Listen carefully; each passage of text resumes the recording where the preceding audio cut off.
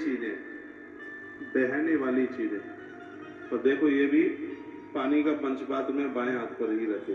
जब भी आप पूजा में बैठते हैं तो ये पानी का जो जल का पंचपात्र है वो बाएं हाथ पर, जलता हुआ दिया दाएं हाथ पर और देवता ठीक सामने। दिया सन्मुख भी आप रख सकते हैं जलाकर। गोपाल जी को आप रख लें। तत्पश्चात पीले वस्त्र तो आप पहने ही होंगे। बैजंती की माला पर या तुलसी की माला पर एक मंत्र जपना है, वो इस मंत्र का प्रभाव है, इसमें सब कुछ ये मंत्र है। ये नहा धोकर बड़ी शुचिता और पवित्रता के साथ इस मंत्र का जप किया जाए। नेत्र बंद करके जप करने की पोजीशन यह होती है।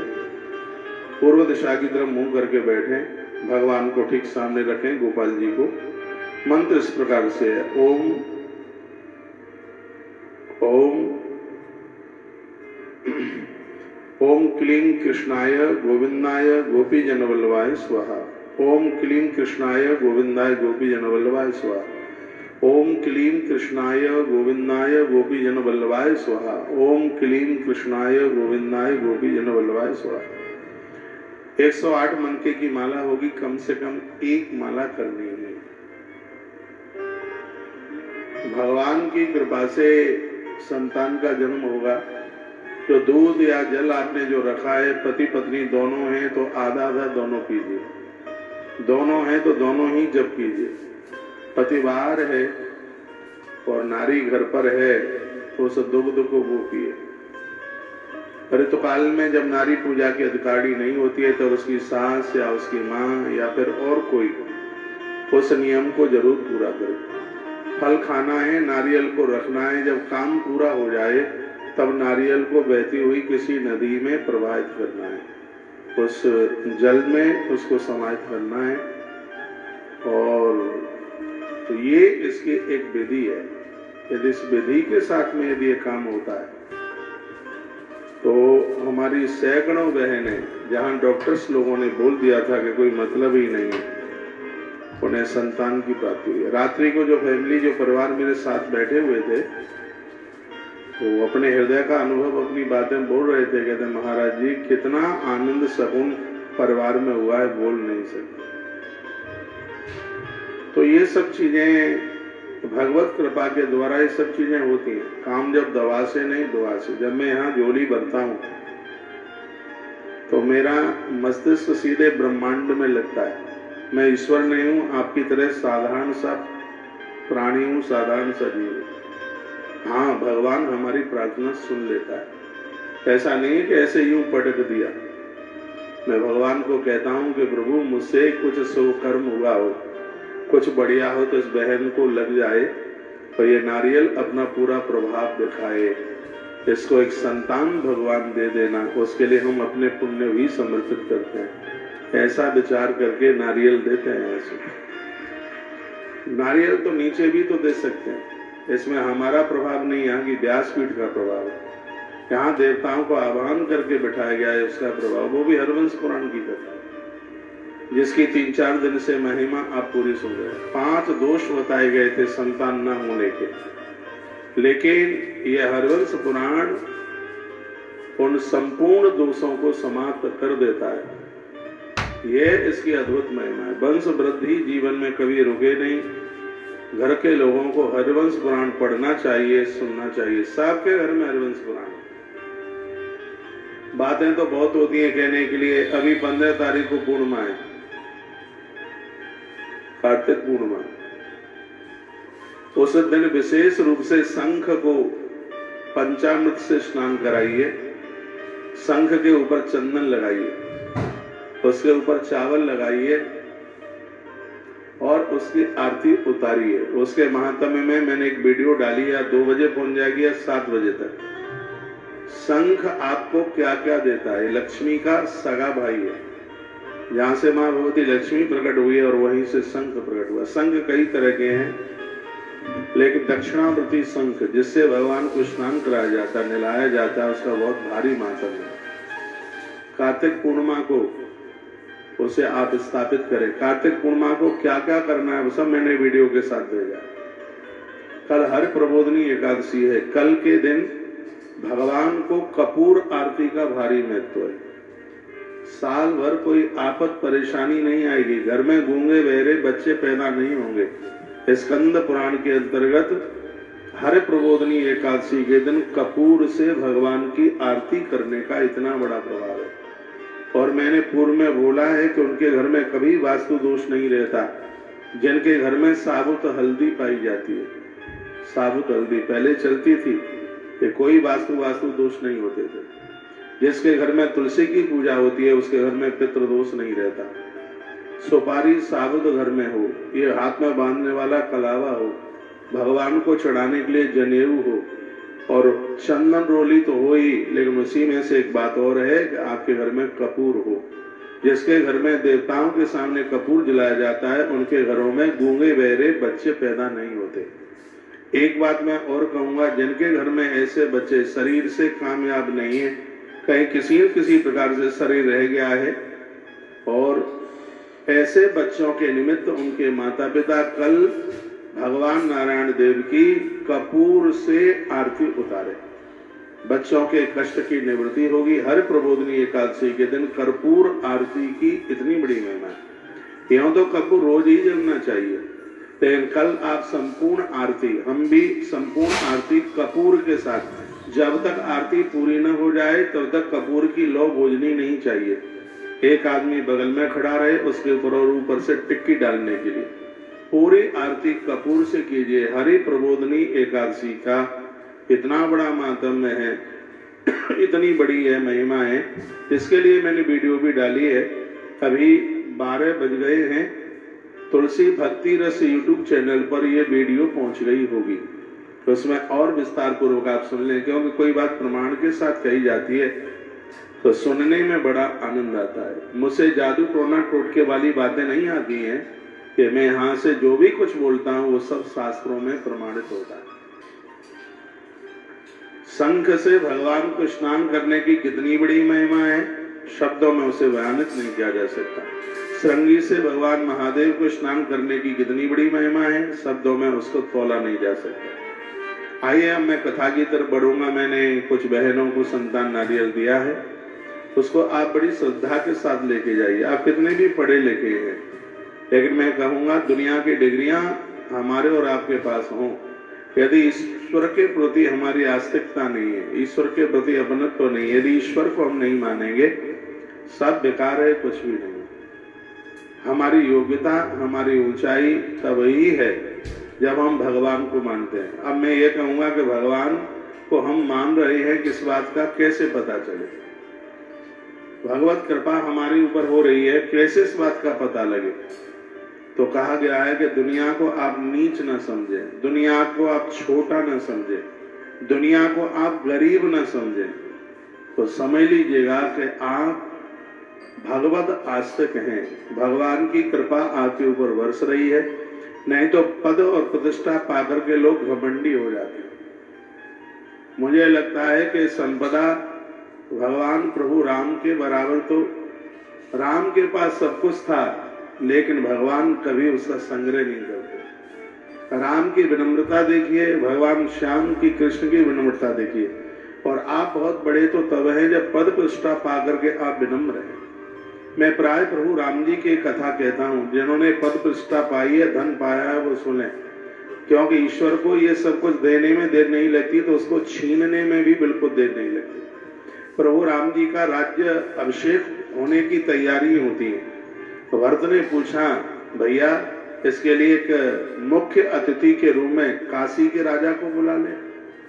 प्रभु राम ने कहा, अनुज यदि मेरी प्रसन्नता के लिए तुम कर सकते हो, तो मेरा मन काशी नरेश के मुख्य अतिथि के लिए नहीं है। तो कहा, फिर जिसने अपनी नाव में बिठाकर हम तीनों को गंगा से पार किया, ऐसा मेरा गरीब केवल इस आयोजन का मुख्य अतिथि बनेगा तो मुझे बहुत खुशी होगी। और ये दुनिया में पहली घटना घटी थी, राम जी के राम राज अभिषेक में केवट को उस आयोजन का मुख्य अतिथि बनाया गया। धनवान पैसों से तो सब दुनिया प्रेम स्नेह कर लेती है, लेकिन उन लोगों को गले लगाइए जो बेसहारा हैं, जिनका कोई नहीं है, पद प्रतिष्ठा आपको मिली है। ईश्वर ने इस समाज के लिए आपको कुछ बेहतरीन करने के लिए सौभाग्य दिया है, मौका दिया। और जो ऐसा कर पा रहे हैं, समझ लेना उनके ऊपर भगवान की कृपा हो रही है। तुम्हें मोटर मिल गई, तुम्हें बंगला मिला है, कोई भगवान की कृपा नहीं है, ये सब आपके पुरुषार्थ के परिणाम है। आपको बंगला मिला है, आपको मोटर कार मिली है, मैं कहूंगा भगवान की कृपा में बताता हूं। आप रास्ते में जा रहे हैं, कोई लोग खड़े हुए हैं, बेसहारा हैं, उनके पास कोई साधन नहीं है, कुछ किलोमीटर कुछ कोसों तक उसे अपनी गाड़ी में बिठा करके तुम जा करके उन्हें छोड़ देते, उतार देते हो, मुझे लगता है ये भगवान की कृपा हो रही है। आपके पास में वाहन है, आपके अगल बगल में किसी बहन बेटी को डिलीवरी होनी है, उसके पास तो कोई साधन नहीं है, रात के 12 बजे भी आपके बच्चे उसे अस्पताल तक छोड़ देते हैं। मुझे लगता है कि आपने अपने जीवन में पुण्य में काम की है, तब आपको ऐसी संतान प्राप्त हुई है, ये भगवती कृपा है। सिर्फ चंदन लगाने से हम पुजारी हो जाएं, सिर्फ तुलसी पहनने से हम पुजारी हो जाए। आप चंदन भी लगाइए, तुलसी भी पहनिए, लेकिन लोगों के काम में भी आइए। और आप लोगों के काम में आ रहे हैं, मुझे लगता है कि यही भगवतीय कृपा है। तो अपने इस जमीन से जुड़ करके रहिएगा। ईश्वर ने बड़ी कृपा की, पढ़े लिखे लोग तो बहुत है, लेकिन ईश्वर ने आपका चुनाव किया है और आपको ये मौका दिया है, आपको ये सौभाग्य दिया है। तो इस मौके को, इस समय को ऐसे ही मत जाने दीजिए। आपके द्वारा अद्भुत काम होने चाहिए। आप प्रकृति के एक स्तंभ हैं। ईश्वर ने किसी विशेष काम के लिए आपको भेजा है और वह आप समझ नहीं पा रहे हैं। हमें कोई जगाता है, उसे गुरु कहते हैं, वही जामवंत है। हनुमान जी के पास इतनी भारी शक्ति है, लेकिन हनुमान जी की शक्ति को जगाने के लिए समाज में कोई न कोई जामवंत जैसे महापुरुष होने चाहिए। जामवंत जी ने हनुमान जी को क्या कहा था? हनुमान, तुम्हें पता है कि तुम्हारा जन्म क्यों हुआ है? राम काज लग तब अवतारा, प्रभु राम के कार्य के लिए तुम आए हो। जैसे हनुमान जी ने सुना, पर्वताकार प्रकट हो गए हनुमान जी। कहा, मुझे आदेश दीजिए, मुझे क्या करना है। तो महापुरुषों का सानिध्य हम इसलिए प्राप्त करते हैं, उनकी कही गई बातों के ऊपर चला जाए और हम समाज के लिए कुछ बेहतर कर सके। और ऐसा नहीं है कि कोई बहुत बड़ा अधिकारी ही कर पाएगा, रिक्शे वाला भी यह काम कर दे। राम जी के कार्य में गिलहरी का भी अपना एक योगदान है। करने वाले के लिए कहीं के आदेश की जरूरत नहीं है, बस वो ये ठान ले, मुझे इस प्रकृति के लिए कुछ अच्छे से अच्छा, कुछ बढ़िया से बढ़िया करना है। और इसमें ये कभी भी मत सोचना कि इसमें नारी नहीं कर सकती। माताएं, बेटियां हवाई जहाज उड़ा रही हैं। देवियों ने इस देश को हमेशा से संभाला है। माता मैत्रेयी को पढ़िए, आपके पास टाइम हो तो। माता मदालसा को पढ़ना, माता गार्गी को पढ़ना, और आपको मौका मिल जाए तो माता लोपामुद्रा, जो महात्मा अगस्त की पत्नी है, इन देवियों को पढ़िए। यदि सरकारी गवर्नमेंट की तरफ से, यदि भारतीय कोष में इन माताओं के चैप्टरों को दिया जाए, तो मुझे लगता है कि देश में कोई नारी का अपमान ही नहीं कर पाएगा।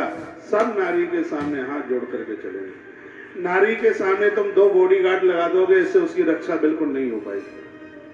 यदि इस धरती पर मातृशक्ति की आपको सुरक्षा करनी है, तो उसके लिए जो नारी के महत्व के वेद हैं, उपनिषद हैं, किताबें हैं, पुराण हैं, उनके कुछ चैप्टर हैं, वह उन क्लासों में आपको जागरूक करने होंगे। फिर आप देखिए नारी का इस देश में कितना आदर होता है, कितना मान होता है। हमने पूर्व में मीराबाई को पढ़ा, वो सब कथाएं कहानियां हमें आज भी याद है। हमने दुर्गावती को पढ़ा, हमने लक्ष्मीबाई को पढ़ा। छुट्टियां होती हैं स्कूलों में, रैदास की छुट्टी हो रही है, रविदास जयंती मनाई जा रही है, लेकिन वहां के स्कूल के लोग कभी उन बच्चों को ये नहीं बताते कि वही रैदास हैं जिनके चमड़े गांठने वाले सामने के एक पात्र में स्वयं मां गंगा आके प्रकट हो गई थी। तब कहा गया था, मन चंगा तो कठवती में गंगा। ये चीजें नहीं पढ़ाई जा रही हैं। छुट्टी हो रही है, अग्रसेन जी महाराज जी की जयंती की भी छुट्टी हो रही है। यह भी तो बताइए कि अग्रसेन जी अपने आप में क्या, 7 दिन महाभारत के युद्ध में पांडवों का जिन्होंने संग दिया, इतने अद्भुत कार्य किए, उन महापुरुषों के लिए बताइए। अब उनको पता ही नहीं, वो समझेंगे क्या? महात्मा पतंजलि के बारे में बताइए, तभी तो पता चलेगा। छुट्टी हो रही है, वाल्मीकि जी के नाम पर जयंती मनाई जा रही है, तो बताइए तो सही कि महर्षि वाल्मीकि क्या थे अपने आप में। और आज इस समाज में योग के टीचर होने चाहिए, जो कुपड़ हैं, निरक्षर हैं, और किसी भी प्रकार से उनको नौकरी मिल गई है, तत्काल उन्हें बर्खास्त करना चाहिए। यदि इस देश की ऊंचाइयों को चाहते हो, कुपड़ और निरक्षर जो स्वयं में ही पढ़े लिखे नहीं है, वो बच्चों को क्या पढ़ाई लिखाई। और ये सब आरक्षण इत्यादि की वजह से हो रहा है, पढ़े लिखों को काम नहीं मिल पा रहा है। और बस वही बात है, अब मैं ज्यादा उसके लिए मैं नहीं बोल पाऊंगा, क्योंकि मेरी व्यासपीठ की कोई ऐसी भाषा होती नहीं है। तो मैं आप सबके है निवेदन करना चाहूंगा, आप कितनी भी पद प्रतिष्ठा लिए हैं, आप कहीं भी खड़े हैं, जमीन से जुड़ करके रहिए। आपको कितनों की जरूरत है आप जाने, लेकिन आपकी जरूरत पूरी दुनिया को है, ये हमें पता है। आप साधारण नहीं हैं, आप इस देश के एक बड़े विशेष हैं। परमात्मा ने सृष्टि बनाई, बहुत चीजें बनाई, कई प्रकार की दालें बनाई, उसमें मसूर की दाल भी बना दी।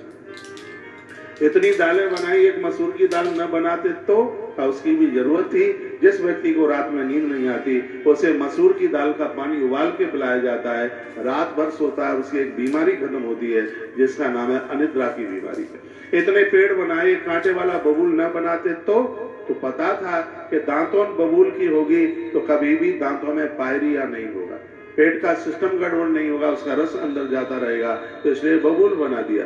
और इतनी भी चीजें बनाई गई, हाँ उसमें एक नींबू भी बनाया और उसमें एक अमरूद भी बनाया। इतने फल बना दिए थे, तो इन दोनों को बनाने की क्या जरूरत थी। तो उसमें भी बताया गया है कि नींबू इतना बढ़िया है, महात्मा चरक ने कहा 1/4 नींबू हर व्यक्ति के पेट में रोज जाना चाहिए। एक गर्भवती नारी को छोड़कर इतने से नीम के पत्ते रोज पेट में जाना चाहिए, जिससे आदमी बीमार नहीं होगा। नींबू तो इतना फायदेमंद है, नींबू का रस अमृत है। यदि नींबू के अंदर बीज न होता तो मरा हुआ व्यक्ति जिंदा हो जाता। नींबू के इतने औषधीय गुण हैं, नींबू का बीज अंदर नहीं जाना चाहिए, इसलिए हमेशा शिकंजी को छान के पिया जाता है। ये नींबू का जो बीज है वो स्वास्थ्य के लिए बहुत हार्मफुल है, बहुत हानिकारक है। अब नींबू इतना बढ़िया उसका रस है, तो उसमें फिर बीज क्यों डाल दिया?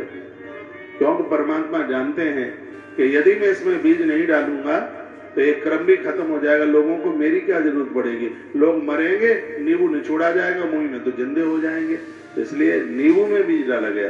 अमरूद में यदि बीज ना होता तो अमरूद प्राण ले ले। अमरूद का बीज बहुत ज्यादा फायदेमंद है, वो बहुत गुणकारी है, अंदर का जितना भी सिस्टम है वो सब ठीक हो जाता है वह अमरूद का बीज लेने से। और वो अमरूद स्वास्थ्य के लिए भारी फायदा है। जिस वजह से पिचका दें आप, उसमें लाल लाल उसके बीज दिखाई देते हैं। आपने एक अमरूद देखा होगा जिसको 2 हिस्सा करने में अंदर से रक्त दिखाई देता है, लाल दिखाई देता है। अमरूद यदि भून करके लिया जाए तो जिंदगी भर के लिए खांसी पलायित हो जाती है, भाग जाती है। अमरूद की गुणवत्ता है। भगवान ने उसके अंदर बीज डाला। तो ईश्वर का जो बनाया गया क्रम है, यह उसका एक बहुत बड़ा सिस्टम है। हम भगवान के सिस्टम को फेल करने की कोशिश न करें, उसमें हम योगदान करें। आपकी आवश्यकता इस पूरे देश के लिए, पूरी धरती के लिए है। हम मानवता को समझें, हम मनुष्यता को समझें। हम एक विशेष रूप में ईश्वर ने हमें इस धरती पर अपना दूत बना करके भेजा है, और जो लोगों को खत्म करे। देखो, किसी को तलवार से मार देना यही मारना नहीं है। यदि हम लोगों को गलत संस्कार दे देते हैं, मुझे लगता है इससे बड़ी और हत्या क्या हो सकती है। यदि कोई शराबी पीता है तो समाज के लोगों को कहे, भैया मेरे अंदर तो दुर्गुण आ गया है, लेकिन यह गलती तुम कभी भी ना करो। कोई जुआ खेलता है तो वो जुआरी ना बनाए किसी को, नहीं तो यह बहुत बड़ी गलती हो जाएगी। आइए मैं आपको कथा की तरफ लेके चल रहा हूँ, और जो कथा हम सुनने के लिए जा रहे हैं उसका नाम है हरिवंश पुराण की कथा। घड़ी का कांटा 12:30 के प्लस हो गया है, और बड़ा आनंद हो रहा है कि 8वीं हरिवंश पुराण की कथा सिद्धाम वृंदावन की पवित्र धरती से, और ये वो व्यास गद्दी है जिस गद्दी से 18 पुराणों की कथा कही गई है। उप पुराणों की कथा कही गई है। 501 दिन तक एक ही व्यासपीठ से कथा हुई। जो 501 दिन बहुत बड़ी अवधि होती है। अब तो मुझे 1650 दिन से ज्यादा हो गए हैं जहाँ एक भी दिन कथा ने विराम नहीं लिया है। और आनंद की बात है, हर दिन कहीं कुछ रोज नया सा ही बोला गया। और हर बात एक साथ सम्मित हुई है। पूरा देश इस समय टीवी के सामने बैठा हुआ है। 5 साल से एक दिन के लिए भी टेलीविजन पर भी कथा बंद नहीं हुई।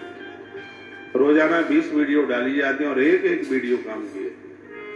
आज मैंने इंस्टाग्राम पर एक वीडियो डाली है, शिलाजीत स्वास्थ्य के लिए बहुत फायदेमंद है। उसकी गुणवत्ता लेकिन याद रखना, जो देवियां अपने बच्चे को दूध पिला रही हैं वो कभी शिलाजीत ना लें। छोटे छोटे बच्चों को शिलाजीत न दें, क्योंकि उसमें गर्मी इतनी है कि उसको सहन करना बहुत ज्यादा मुश्किल हो जाएगा। इसके गुण भी हैं और इसके दोष भी हैं। कौन सी चीज भले वो आयुर्वेद के सिस्टम में आती है, लेकिन जो भी कोई चीज आप लेते हैं उससे पहले जानकार लोगों से आप उसको पूछ लीजिए। आजकल शिलाजीत बहुत ज्यादा चल रहा है और लेने के तथ्य क्या हो सकते हैं, सोच क्या हो सकते हैं वो जाने, लेकिन जहां तक मैंने स्टडी की है, अपनी छाती का दूध पिलाने वाली बहनें शिलाजीत लेंगी, बहुत बड़ी दिक्कत भी हो जाएगी। और छोटे छोटे बच्चे, उनको भी ये शिलाजीत नहीं दीजिएगा। अगली वीडियो में मैं ये चर्चा करूंगा और भेजूंगा शिलाजीत को कैसे ले सकते हैं, किस चीज के साथ में शिलाजीत ले सकते हैं। बहुत लोग गर्म पानी के साथ शिलाजीत लेते हैं, जो कि बिल्कुल स्वास्थ्य के लिए ठीक नहीं है। दूध के संग भी आपको शिलाजीत लेना है तो कैसे लेना है, शहद के संग लेना है तो कैसे लेना है, गलती न हो जाए, और घी के संग शिलाजीत लेना है तो उसे कैसे लेना है। बस इन्हीं बातों को समझने के लिए हमारे YouTube चैनल पर आप जुड़े रहिए और इसमें हमें एक एक जानकारी आयुर्वेद के हिसाब से मिलेगी। और मैं तो कोई बात कहता हूं तो उसका सूत्र जरूर रखता हूं आगे, तभी तो बात को पक्का माना जाएगा कि बात ठीक कही जा रही है। आइए अब हम चल रहे हैं संतान प्राप्ति की कामना से। यह हरवंश पुराण का आयोजन रखा गया है और आप बराबर सुन रहे हैं। कल हरिप्रबोधिनी एकादशी आप सबको पता है। जितने भी मुझे बाहर से भी सुन पा रहे हैं, इस ग्रंथ में भी लिखा है, हरिप्रबोधिनी एकादशी के दिन यदि कोई इस ग्रंथ को सुन लेता है उसकी वंश बेल बढ़ती है, उसके संतान वृद्धि में कमी नहीं आती। 11 का इतना बड़ा महत्व है, वो भी कार्तिक की एकादशी तो बहुत बड़ी 11 है। जो कथा वैशंपायन सुना रहे हैं और कहते हैं कि इस कथा को सुनने से नारी का बांझपन समाप्त होता है। जो बहुत जल्दी में जाने के लिए बैठे हैं, थोड़ा सा आधे घंटे का 20 मिनट का टाइम हो तो चैप्टर सुन के जाना। जो महात्मा वैशंपायन कहते हैं कि राजन जन्मेजय, जो मैं कथा तुम्हें सुनाने के लिए जा रहा हूं, यदि इस कथा को स्त्री पुरुष सुने तो उनकी जो अंदरूनी बीमारी है, कहीं कोई दिक्कत है जिसकी वजह से संतान जन्म नहीं ले पा रही है, वो दिक्कत दूर होती है, वो परेशानी दूर होती है। उस कथा का वो कहते हैं, गायन कहते हैं, विवस्वान कस्पान यज्ञे दाक्षायण्याहन मंदिरम तस् भार्या बहुत संज्ञा त्वाष्टी देवी विवस्वता। वैशंपायन कहते हैं, राजन कश्यप जी की कई पत्नियां थी, कश्यप जी की, उन्हीं में से उनकी एक पत्नी है जिसका नाम है अदिति। माता अदिति के गर्भ में संतान थी। बहुत ध्यान से सुनिए, माता अदिति के गर्भ में संतान थी। दरवाजे पर भिक्षा मांगने वाला कोई आ गया। वैशंपायन कहते हैं, गर्भिणी नारी को बहुत ध्यान रखना पड़ता है। एक जगह पर ज्यादा देर तक बैठती नहीं है, छाती के भर लेटती नहीं है, खुले केसों से नहीं रहती। पामों को ज्यादा गीला रखने पर भी गर्भ में पलने वाली संतान के समाप्त होने के चांसेस बन जाते हैं। नारी जूठे मुंह से नहीं सोती, उन नियमों का पालन किया जाता है। ज्यादा दौड़ दौड़ करके नहीं चलती। गर्भिणी नारी की चाल मंद होती है, धीमे, बड़ी सहजता के साथ में वो चलती है। दरवाजे पर हे राजन मांगने वाला आ गया कोई। उसने कहा, मां भिक्षाम देई, तो माता को आने में थोड़ी देरी हो गई। वो देर से आई तो गर्भिणी नारी थी माता अदिति, जो देवताओं की मां है। तो साधु इतना कुपित हो गया, तपस्वी तो था ही, सुनिए। तो उसने कहा, तू इतनी देर से आई है और मुझे से तूने इतना इंतजार कराया है, तो क्या किसी ऋषि की पत्नी बनने का तुम्हें घमंड है? तो उसने कहा, आंख में आंसू आ गए, कहा हे महात्मन ऐसा नहीं था, मेरे गर्भ में संतान है। तो उस साधु ने सोचा नहीं, हाल ही कह दिया कि मैं श्राप देता हूं कि इसी समय तेरे गर्भ की संतान समाप्त हो जाए। और श्राप देते ही बच्चा खत्म पेट में। आंख में आंसू आ गए, आंखें भर आई तो रो पड़ी। महात्मा चला गया वहां से। महात्मा कश्यप अंदर झोंपड़ी में बैठे हुए थे, उनकी संध्या हो रही थी, दोपहर की संध्या। महात्मा लोग तो तीनों कालों में संध्या करते। पहले तो ये बताइए, मेरी लैंग्वेज आपकी समझ में आ रही है? धन्यवाद। जब वो लौट करके आई तो उसकी आंख में आंसू थे, बहुत ज्यादा वो रुदन कर रही थी। महात्मा कश्यप ने कहा, देवी हुआ क्या है?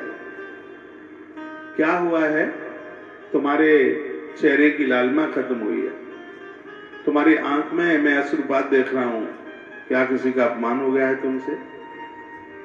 क्या घर की तुलसी सूख गई है? देखो क्या क्या शब्द कहे हैं। क्या घर की तुलसी सूख गई है? इसका मतलब है कि तुलसी सूखना ठीक नहीं।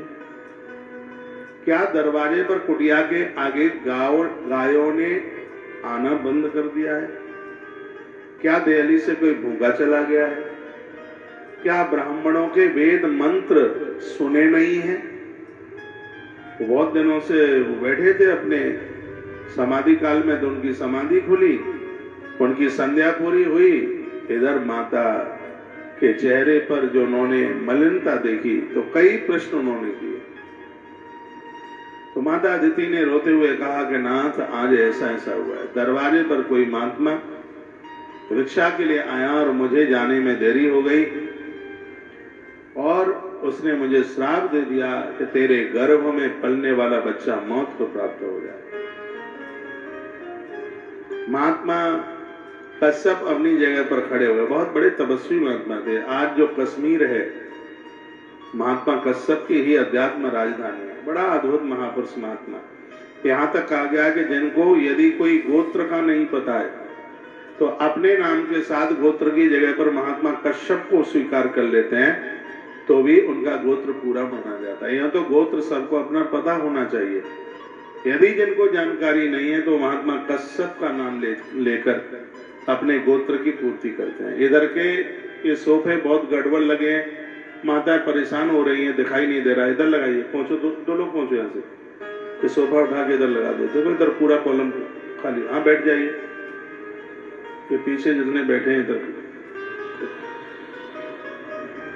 घड़ी का कांटा 1:45 पर पहुंच रहा है, ये तो सही है, खंबे के पीछे। घड़ी का कांटा 1:45 पर पहुंच रहा है, आपका ध्यान इधर हो। 1 बजे सत्संग टीवी से जैसे ही कथा कटब हो तो आप तुलसी तपोवन यूट्यूब चैनल पर पूरी कथा कागज कलम लेकर के सुनना, क्योंकि इस अनुष्ठान की विधि जो नारियल यहां से आप लेके जा रहे हैं, इसके उस मंत्र का कितना बड़ा प्रभाव है, इसे हरवंश पुराण में विनियोग इत्यादि सबका वर्णन किया है, जो मैं आपको सुनाने के लिए जा रहा हूं। तो पूरी की पूरी कथा जितनी देर तक चले आप सुनना। और परिसर में जितने भी महानुभाव बैठे हैं, यदि बीच में से आपको जाना होता है तो कृपया, नीचे भोजन चल रहा है, प्रसाद चल रहा है, भंडारा चल रहा है, आप अपने ही घर की रसोई समझ करके भोजन प्रसाद लेकर के जाइएगा। अब तो भगवान ने बड़ी कृपा करी है। मेरा तो जब विद्यार्थी काल था, जिस नीचे हॉल में आप रुके हैं, एक पूरे आश्रम का मेरा फेवरेट स्थान है। जिस हॉल में आप रुके हैं, जहां मेरे महाराज जी की बड़ी सी तस्वीर लगी है, इस जगह पर हमने 27 दिन का अनुष्ठान किया है, अन्नपूर्णा मां का अनुष्ठान। मेरा विद्यार्थी काल था। व्यक्ति को सोच बहुत ऊपर तक लेके जाती है। आज कोई प्रधानमंत्री या मुख्यमंत्री कोई बना, कभी न कभी तो मन में आई होगी कि मुझे एक दिन यह बनना है, और व्यक्ति का कर्तव्य और उसका लक्ष्य सोच में जो आया है उसको पूरा कर देता है। विद्यार्थी काल जरूर था, लेकिन अनुष्ठान इस संकल्प के साथ किया गया था कि इस आश्रम में जो भी कोई आवे वो कभी भूखा ना जाए, और आने वाले समय में भी यहां से कोई भूखा नहीं जाएगा। ऐसा अनुष्ठान उस हॉल में हुआ है। इधर मध्य प्रदेश होशंगाबाद साइड के कोई ब्राह्मण देवता थे। मैं छोटी मोटी कथाएं करता था, कथा तो मेरी चालू हो गई थी, इस आश्रम को बने हुए बहुत टाइम हो गया है। तो मैंने रेजगारी गिन करके ब्राह्मणों की दक्षिणा की। 27 ब्राह्मण थे, 27 दिन का अनुष्ठान। तो ऐसा लगता है कि स्वयं नारायण ने मृत्यु लोक में उतर के वरदान दे दिया। जब वो दक्षिणा दी जा रही थी तो उस ब्राह्मण देवता ने कहा, पता नहीं हम और आप द्वारा कभी मिल पाएंगे कि नहीं, अभी हमारी द्वारा मुलाकात हुई नहीं। बड़ी पुरानी बात। वो कहते हैं कि ब्राह्मण का बेटा हूं, तीनों कालों में संध्या करता हूं और चुरपुरी और चिकनी चूपड़ी बात मुझसे आती नहीं है। तो कहते हैं कि आने वाला समय तुम्हारा वह होगा, इस आश्रम से कभी कोई भूखों नहीं जाएगा। ये आशीर्वाद ब्राह्मण देवता का उस अनुष्ठान की पूर्णावधि के समय पर। तो यह आश्रम ईंट और पत्थरों से नहीं है। आने वाले लोगों को यहाँ पर आवास मिले, जीवने को भोजन मिले। तुलसी वन आश्रम में रहने के नाम पर, भोजन के नाम पर किसी से कोई पैसा लिया ही नहीं जाता। ऐसा नहीं है कि हम दक्षिणा नहीं लेते हैं, दक्षिणा लेते हैं, आपसे पैसा लेते हैं। गौशाला को आप देख ही रहे, इधर टीवी पर भी आप ध्यान रखिए, जो कि दुनिया की सर्वश्रेष्ठ गौशाला बनने को जा रही है। आज गौ रक्षण समिति के कोई बहुत बड़े आदमी आए थे, उनसे हमारी चर्चा हुई। तो कहते महाराज जी, मुझे तो गौशाला पहुंच करके यही नहीं पता लग रहा था कि ये मृत्यु लोक में गौशाला है कि गोलोक में गौशाला। उनके ही शब्द में वो बोलते हैं, मैंने बड़ी बड़ी दुनिया में गौशालाएं देखी, आपके मुंह पर हम चिकनी बातें नहीं कर रहे हैं, हमने ऐसी गौशाला का दर्शन नहीं किया।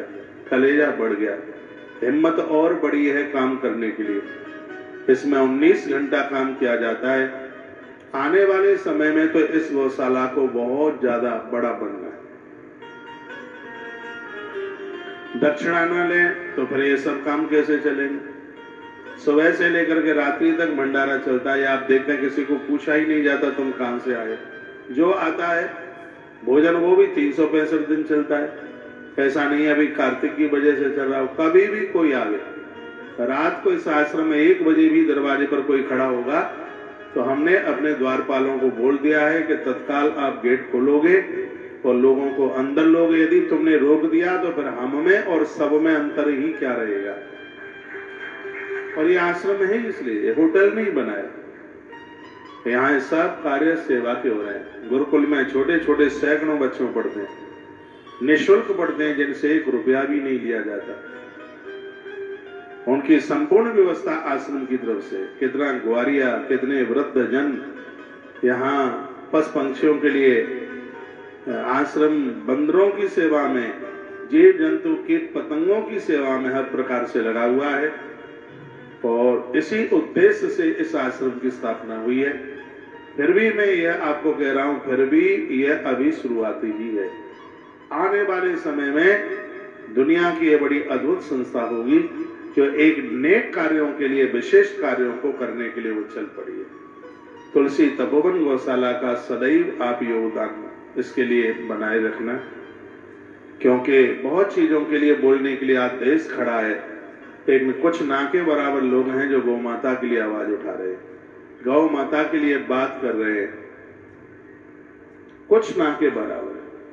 मुझे बड़ी खुशी है, मुझे लगता है कि परमात्मा ने मुझे गोवंश के लिए धरती पर पैदा किया है। अभी थोड़ी देर पहले मैंने बोला था यहाँ किसी का जन्म किसी उद्देश्य के साथ हुआ है। ये बात मेरी समझ में आ गई है कि मेरा जन्म गोवंश के लिए हुआ है और मृत्यु के अंतिम श्वास तक गोवंश के लिए समर्पित रहेंगे, बड़ी श्रद्धा और बड़ी विश्वास के साथ। गाय इतनी सीधी, इतनी भोली है कि नारायण को जिसने गोपाल बना दिया। मेरे प्रभु श्री राम वनवास के लिए जा रहे थे तो 14 वर्ष के लिए ब्राह्मणों को कमी ना आवे, इतना अन्न इतना गाय उनको दे करके गए थे। दान बहुत है, लेकिन बैतरणी से तरने के लिए गौदान के बराबर आज तक कोई दान ही नहीं बताया। स्कंद पुराण में वर्णन है कि 1 मुट्ठी आप चारा गौ माता को खिला देते हो, और ये महीना तो भारी विशेष है, 100 साल तक तुम्हारे पुण्य कम नहीं हो सकते। इसके लिए हमने वीडियो भी डाली है। संतान प्राप्ति के लिए गौ के दुग्ध को, गौ के दूध के दान को इतना महत्वपूर्ण बताया गया। कार्तिक मास में बुधवार के दिन कृतिका नक्षत्र पड़े। जिस बहनों को संतान नहीं है वो सुने, कार्तिक मास में बुधवार को कृतिका नक्षत्र पड़े, भात और दही ब्राह्मण को खिलाया जाए तो नारी के अंदर या पुरुष के अंदर जो कोई ऐसी स्थिति है, संतान प्राप्त नहीं हो पा रही है, वह दोष दूर हो जाएगा। यह महत्व इसमें गौ माता के दही का इतना बड़ा महत्व है। हाँ, शर्त यह है कि वो दही गौ माता के दूध का ही होना चाहिए। जिस ब्राह्मण को आप जमा रहे हैं, ब्राह्मणी जोड़े के साथ बुलाना है। जो प्रसाद बचा है आपकी कढ़ाई और आपके पतीले में, उसको भगवान का प्रसाद समझ करके पति पत्नी दोनों उसको पाए। कृतिका नक्षत्र कार्तिक के महीने में पड़े और दिन हो उस दिन बुधवार। तो यह बड़ी अद्भुत बात हमारे ग्रंथों में यह कही गई है। गौ माता तो हर प्रकार से जीव का कल्याण करने वाली, कल्याणकारी है। आप घर के बाहर जा रहे हैं, एक परिक्रमा गौ माता की करके जाइए, आपकी यात्रा बहुत सफल होगी। मैं से आश्रम से कहीं बाहर निकलता हूँ तो 2-3 काम करता हूँ। एक तो ग्वारियों को मिलता ही हूँ, लेकिन गौ माता की परिक्रमा करता हुआ और ब्राह्मणों के भाल पर तिलक या बंधन या उन्हें दक्षिणा देते हुए तभी मैं आश्रम के बाहर पांव रखता हूँ। दिक्कतें परेशानियां बहुत आती हैं, लेकिन यात्रा बहुत सफल होती है। यहाँ का यह आशीर्वाद हमारे साथ में होता है। आप हमारी बहुत बातें मानते हैं। ये मैं नाभि से बोल रहा हूँ, कलेजे के नीचे से, नाभि से जो स्वर उठता है वह अपने आप में बड़ा विशेष होता है। जीवन आपका वानप्रस्थी वह चल रहा है जिसमें आपके इस जिंदगी के साथ भगवान के अलावा कोई नहीं। कि आपको लग रहा है कि पत्नी पति ये सब ये हमारे कुछ भी नहीं है। आपने दुनिया देखी है, इतना सम्मान देखा, आपने इतनी रिश्तेदार देखे, सब कुछ देखा, लेकिन अंत में फैसला यही हुआ कि तुम्हारे लिए भगवान के अलावा कोई नहीं। ये पक्का है। द्रौपदी की साड़ी खींची, उसमें यही तो बताया गया। द्रौपदी को इस बात का अभिमान था कि 5 आयुध और 5 आयुधधारी मेरे पास है, तो 10 उस समय मौजूद थे। 5 आयुध और 5 आयुधधारी 10। लेकिन जिस समय साड़ी खींच रही थी तो श्री कृष्ण द्वारका वारे भगवान गोविंद के अलावा द्रौपदी का सहयोगी कोई नहीं बन पाया। ये पूरी दुनिया के लिए ये प्रमाण के साथ हमारे ग्रंथों ने बातें लिखी हैं। जब अपने ऊपर आएगी तो ईश्वर के अलावा कोई नहीं होगा। इसलिए 2 चीजों को बराबर याद करो, नारायण एक मौत को, दूजे श्री भगवान। एक दिन मृत्यु होनी है, इसको भूलना मत, अपराध नहीं होगा। भगवान को याद करना, प्रभु आपने हमें हमारी जरूरत से ज्यादा दिया है, इसी में कल्याण है। कल एकादशी है, यदि हो सके तो कल वृंदावन आप हैं तो रुकना, बाहर से सुन पा रहे हैं तो कल आना। कल कथा 1 बजे तक हो जाएगी पूरी। मैं थोड़ा जल्दी कथा को शुरू कर दूंगा। तो कल लगभग 10,000 ब्राह्मण साधु एक साथ भंडारे में आप उनका दर्शन करेंगे। इनका तो दर्शन ही इतना कल्याणकारी है। तुलसी तपोवन गौशाला में आयोजन है। आश्रम पूरा भरा है, फुल है 3री मंजिल तक। कोई निकल के जाए गैलरी में तो पांव रखने को जगह नहीं है। आश्रम बड़े ही छोटा है, लेकिन दिल बहुत मोटा है। जिनके दिल में जगह होती है उन्हीं के घर में जगह होती है, जिनके दिल में जगह नहीं उनके घर में भी जगह नहीं। कल आप गौशाला जरूर जाइए। कल 11 से 10,000 ब्राह्मण संतों का एक साथ दर्शन होगा। बहुत बड़ी बात है। कल और परसों 2 दिन का आयोजन है, वहां उनका दर्शन कीजिए। बाहर से मुझे सुनने वाले जितने महानुभाव है, मैं उनको कहूंगा आपने हजारों बार सहयोग गौशाला का किया है, लेकिन कल हरि प्रबोधनी एकादशी पर खूब बढ़ चढ़ करके सहयोग करना। चाहे भूमि का दान हो उसमें करना, चाहे गौ माता के लिए छतें बनाई जा रही हैं उसमें दान करना, चाहे भूसे और चारे का दान करना, चाहे सवामणि का दान करना, चाहे नमक का दान करना, जो भी हो। कल की बहुत बड़ी एकादशी है, ये साधारण बात नहीं है। 4 महीने से बंद शादियां, उनका पहला मुहूर्त हर प्रबोधनी एकादशी होता है। तो अब समझ लीजिए कि इस 11 की महिमा कितनी है।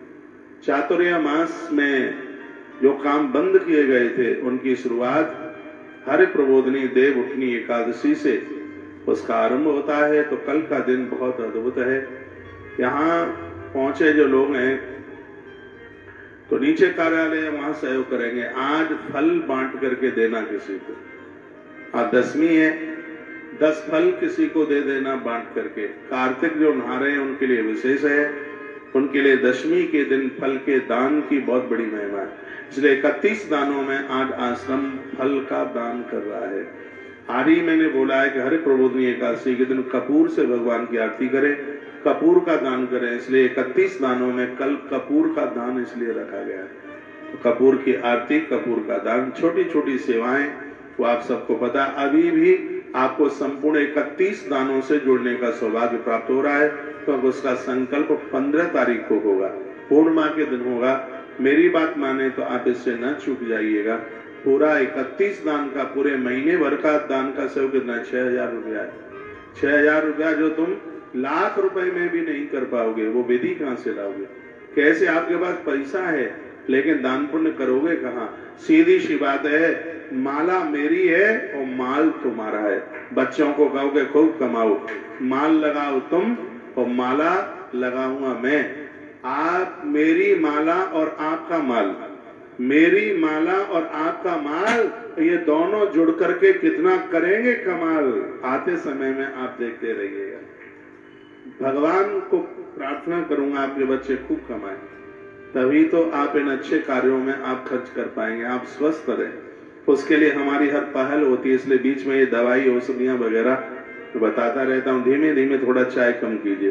40 इयर्स के लिए तो चाय पोजन का काम करती है। बच्चों को चाय नहीं पिलाइए, कॉफी बहुत खतरनाक है। और जो आप काली चाय पीते हैं बिना दूध की, ये तो मौत को बुलावा भेजा जा रहा है, जो स्वास्थ्य के लिए बहुत दिक्कत वाली है। एक बार चाय को गर्म करके बार बार फिर उसको पूरा दिन भर उसी को उठ के पीते हो, ये स्वास्थ्य के लिए बहुत ही ज्यादा हानिकारक है। इससे बचिए। आश्रम के सभी नंबर चालू हैं।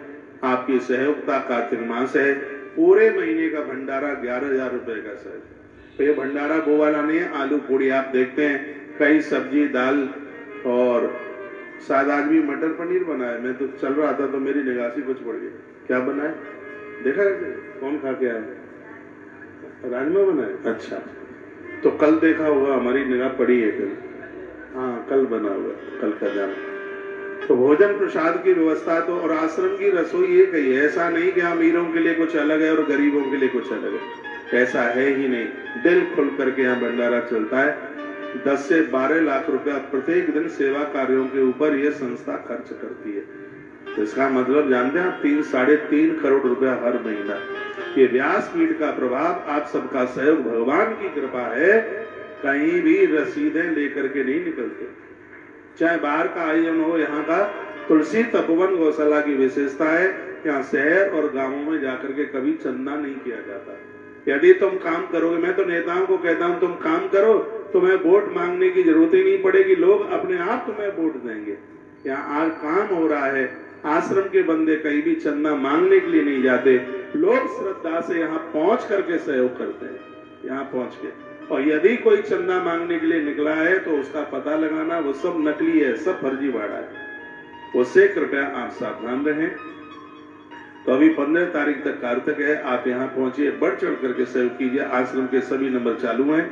और अभी भगवान के विवाह वाले दिन गौ माता को 1 ट्रैक्टर दहेज में दिया जा रहा है। शादी में दहेज दिया जाता है ना, कन्यादान में सामान दिया जाता है, तो हर वर्ष गौशाला को 1 ट्रैक्टर समर्पित किया जाता है। तो अब के बार भी, क्योंकि आने वाले समय में सैकड़ों ट्रैक्टर चाहिए, ये 9वां ट्रैक्टर आ रहा है गौ माता का, बहुत ज्यादा उसकी जरूरत पड़ी है। तो आप कन्यादान में गौ माता के ट्रैक्टर में सहयोग कर दीजिए, जो बने सो कर दीजिएगा। जितना जो बने, 1 रुपया करें, 100 रुपया करें, 1000 रुपया करें, लाख रुपया करें, 8, 9, 10 लाख रुपए का ट्रैक्टर है, तो उसमें आपको जो बने, जितना बने, उसमें आप सहयोग जरूर कीजिए। ये ट्रैक्टर ट्रॉली लगाकर वृंदावन की परिक्रमा मार्ग में वो गैया जो बेचारी धक्का खा करके घूम रही है, आश्रम ये काम करता है। ये ट्रैक्टर उनके लिए सेवा करेगा, टैंकरों से पानी भरेगा, तो इसका पुण्य कहाँ जाएगा? आपके खाते में जाएगा, और कहाँ जाएगा? तो बाहर के महानुभाव भी कन्यादान अब के बार गौ माता के ट्रैक्टर के लिए समर्पित हो रहा है। और किसी भी शादी में जाते हैं तो भी एक लिफाफा तो बना के लेके ही जाते हैं। और ये तो उस भगवान की शादी है जो दुनिया के लिफाफा बनाने का ज्ञान देता है। ये तो उसकी शादी है सालमान भगवान की।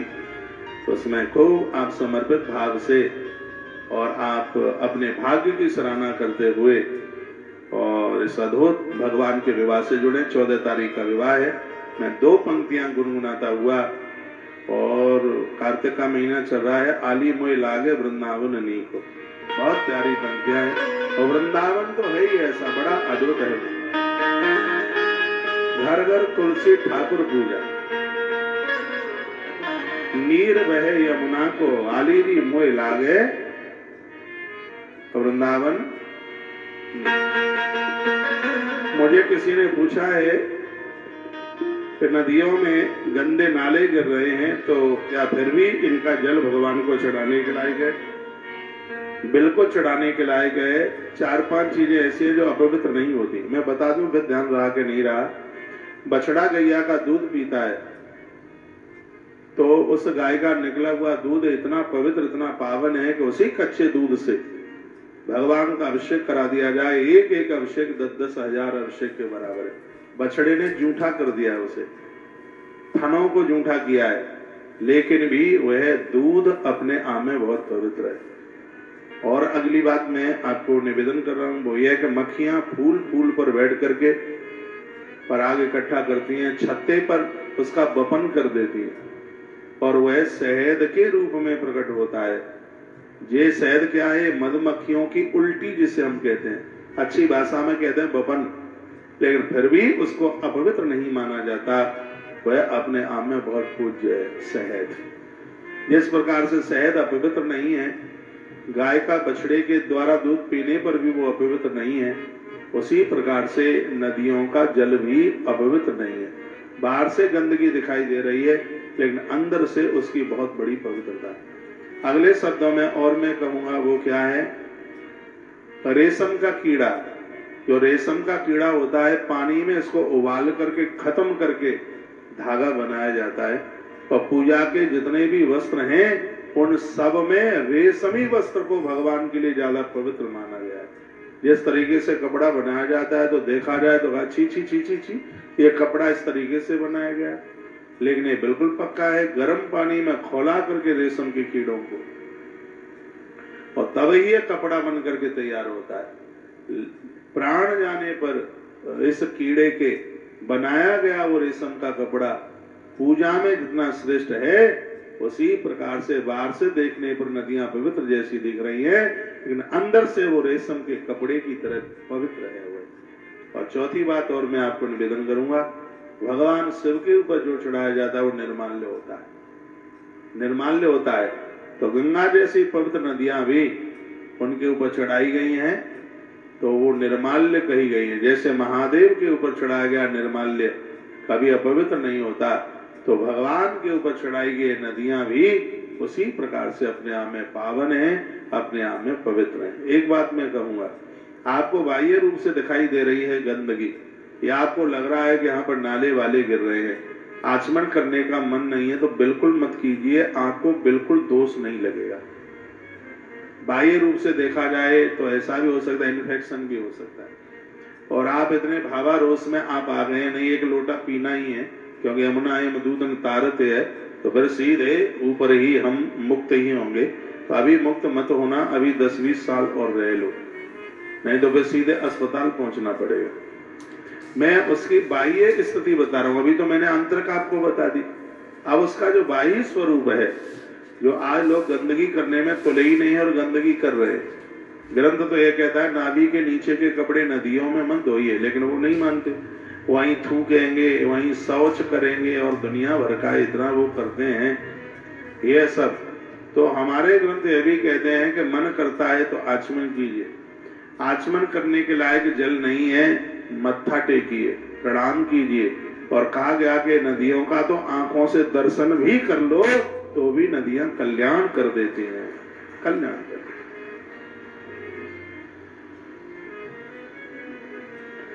सप्त नदियां अपने आप में बहुत अद्भुत हैं, उनमें मां यमुना का नाम आता है, और यमराज ने ये वचन दिया है, वही कथा भी मैं सुनाने के लिए आपको जाऊंगा।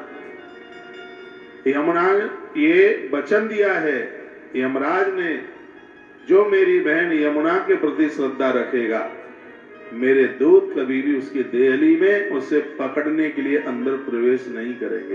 ये भाई दूज के लिए दिन मैंने 10वां वीडियो डाली थी इसके ऊपर। आइए 2 पंक्तियों में हम माँ भगवती तुलसी और माता यमुना और ब्रज मंडल के देवताओं को प्रणाम करते हैं, उसके बाद फिर कथा में चलते हैं।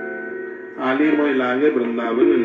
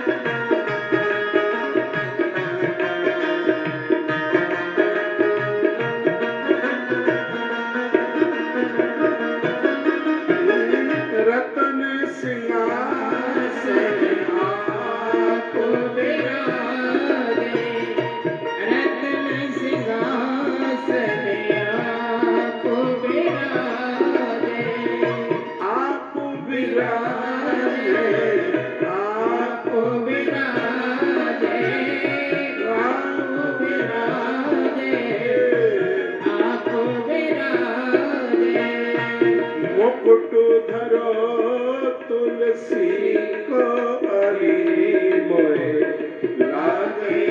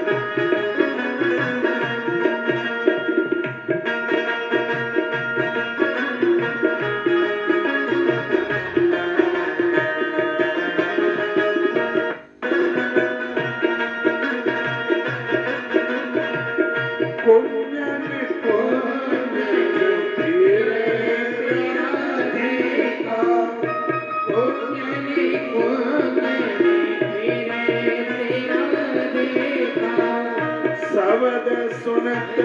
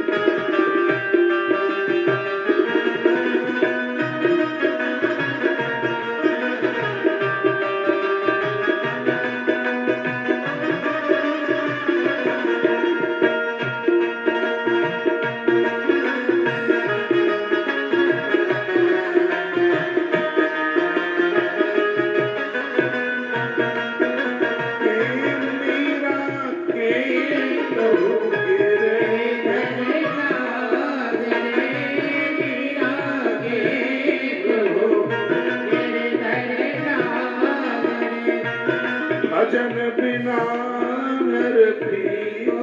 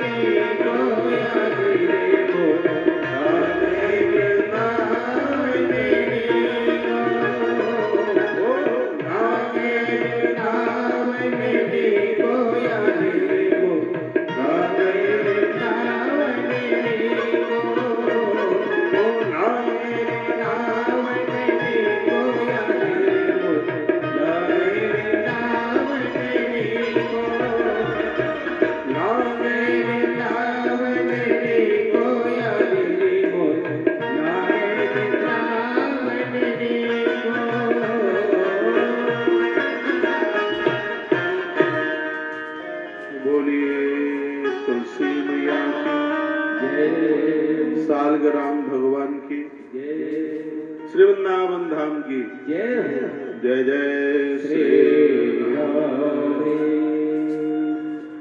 आप में कुछ जन एकादशी उद्यापन वाले भी आ गए हैं क्या? थोड़ा हाथ उठा के बताइए। अच्छा आप आ गए। तो यह आयोजन गौती तुलसी तपोवन गौशाला में है और वहां आपको सुबह 8 साढ़े 8 बजे पहुंचना है। तो 9 बजे वहां पूजा शुरू हो जाएगी। आप भी पहुंचना, आपके संग जितने भी मान भाव जो लोग आए हैं सबको लेकर के सुबह पहुंच जाइएगा। आश्रम से आपको एड्रेस कार्ड मिला होगा, उसमें एड्रेस लिखा होगा, तो आप पहुंच जाइए। पूरे कार्यक्रम में हम आपके संग ही रहेंगे और बहुत आनंद होगा। ये बहुत आनंद की बात है कि श्रीधाम वृंदावन जैसी पवित्र धरती पर यमुना मैया के किनारे और गौ माता के सानिध्य में उद्यापन हो रहा है। तो इसका मतलब है कि एकादशी मैया आपके ऊपर बहुत चकाचक खुश है, प्रसन्न है। कल इसी हरिवंश पुराण में एक कथा आई थी कि माता रुक्मिणी के उद्यापन के लिए भगवान रेवत पर्वत पर गए थे, वहां जाके उद्यापन किया। मैया ने व्रत किया था तो उसका उद्यापन भगवान ने वहां किया। तो पुत्र पति परिवार का ये सहयोग मातृशक्ति के लिए होना ही चाहिए, क्योंकि पुरुष तो उतने व्रत उपवास करते नहीं है। अभी हमारे मध्य में वो एसटीएम मैया बैठी थी, चली गई है क्या दिल्ली से, अपनी बिटिया को नारियल दिलवाने के लिए आई है। देखिए पद प्रतिष्ठा पा करके भी अभी आप सहज बने रहे, भगवान की बड़ी कृपा। अभी मुझे यही नीचे ही बैठी थी, हो सकता है चली गई होगी, चले गए एसटीएम में। तो मैं अब आपको उस कथा की तरफ लेकर के चल रहा हूं जो बात चल रही थी। महात्मा कश्यप को कहा कि ऐसे ऐसे साधु ने मुझे तो श्राप दे दिया है और कह दिया है कि गर्भ में तेरा ये बच्चा समाप्त हो जाएगा। महात्मा कश्यप ने कहा कोई बात नहीं है, मेरे पास एक ऐसी साधना है, एक ऐसा मंत्र है, यदि गर्भ में बच्चा समाप्त भी हो जाएगा तो उस मंत्र के प्रभाव से मैं उसे जिंदा कर दूंगा। पत्नी को सामने बैठाया, अनुष्ठान चालू। 31 दिन का अनुष्ठान हुआ। ये वही मंत्र है जिसके लिए मैं आपको कई बार बोल चुका हूं कि इस कार्य में इस मंत्र का बहुत बड़ा प्रभाव है। ओम क्लीं कृष्णाय गोविंदाय गोपी जन वल्लभाय स्वाहा। इतना ये अद्भुत मंत्र माता अदिति के गर्भ में वह बच्चा सुरक्षित आकर के फिर उसने जन्म लिया। तब महात्मा ने कश्यप ने इसका नाम रख दिया मारतंड। मारतंड यानी जिस अंड की मृत्यु नहीं हुई वो जीवित बाहर निकला है। ये इस मंत्र का बहुत बड़ा प्रभाव है, इसलिए सूर्य भगवान का एक नाम मारतंड हुआ। वही भगवान सूर्य का विवाह, इस कथा को ठीक से और सुन लीजिएगा। विश्वकर्मा ने अपनी बेटी संज्ञा का विवाह भगवान भास्कर के साथ किया। संज्ञा माता संज्ञा ने 2 संतानों को जन्म दिया, एक थी बेटी और एक था बेटा। बेटी का नाम था यमुना और बेटे का नाम था यम, जैसे यमराज कहते हैं। तो यमुना और यम ये 2 उनकी संतानें हुई। एक दिन की बात यह थी कि संज्ञा ने मन में यह विचार किया कि पति के देह से जो तेज निकलता है वो मेरे लिए बड़ा असह्य है, मैं कैसे यहां पर रहूं, मेरे लिए बड़ी तकलीफ है। और नारी बड़ी कष्ट में होती है तो उसे एक ही भरोसा होता है, पिता के घर। उसके भरोसे के लायक 2 ही जगह, या तो पिता का घर या पति का घर, 2 ही। पिता सुनेगा, भाभी वगैरह थोड़ी ही सुनेंगे, उतना भैया भी नहीं सुनेगा जितना कि पिता सुनता है। पिता को बेटी बहुत प्यारी होती है, बहुत ज्यादा। यदि मैं ये कह दूं, अतिशयोक्ति नहीं है कि मम्मी से भी बेटी पापा को प्यारी हो, बस वो मां का देखने में आ जाता है, पिता का देखने में नहीं आता। ये बिटिया पिता को कितनी प्यारी है ये तो लाड़ों की जिस दिन विदाई हो उस दिन देख ले। पूरी दुनिया नए नए कपड़े बनवाती है, एक बाप ही तो ऐसा है, बिल्कुल चिकने चट्टे कपड़े, कहीं से वो फटा हुआ है, उसे कोई उस बात से कोई उसे दिक्कत ही नहीं। मुझे महाराज जनक की बात याद आती है। महाराज दशरथ के सामने हाथ जोड़ करके जनक गिर पड़े, कहने लगे राजा मैं एक बेटी का पिता हूं, उससे जो बनता है सो देता है, लेकिन मैं आपसे भीख मांगता हूं, मेरी झोली में आप भीख डाल दीजिए। मेरी बेटी मेरी श्वास है, मेरी बेटी मेरी धड़कन है। आपसे प्रार्थना है कि मेरी बिटिया को आप बहू कम बनाकर और अपनी बिटिया ज्यादा बनाकर के ले जाना, ये प्रार्थना हमारा है। जनक विदेह हैं, उन्हें अपने शरीर का होश नहीं। माता जानकी के चरित्र में लोग पढ़ सकते हैं, धीरज होकर धीरज भागा। जानकी की विदाई पर धैर्य का भी धैर्य भाग गया, धैर्य का भी धैर्य छूट गया। तो बेटियों को तो विदा करना बड़ा मुश्किल है। पिता बहुत स्नेह करता है बेटी को, बहुत लाड करता है। बेटी को विदाई के समय पर वो टूट जाता है।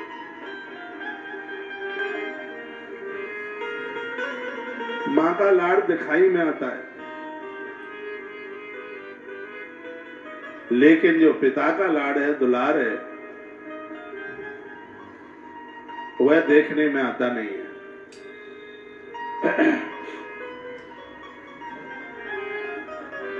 इस ग्रंथ में एक एक शब्द को ऐसा गढ़ करके रख दिया गया है, यदि उसको ठीक से सुन लिया जावे तो लोग अपने रास्ते से कभी भी भटक नहीं सकते।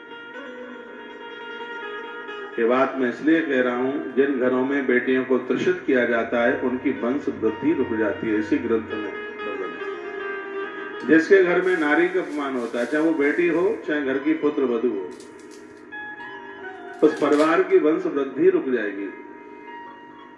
इसलिए नारी का आदर कीजिए। एक बात कहने में मुझे बड़ी दिक्कत हो रही है, लेकिन फिर भी मुझे बोलना पड़ रहा है, जिसमें सास और बहू के दोनों के लिए, जो सास ससुर को परेशान करेंगी, भरी जवानी में उनकी भाल का सिंदूर छिन्न भिन्न हो सकता है। हमने श्रवण कुमार की कथा में पढ़ा।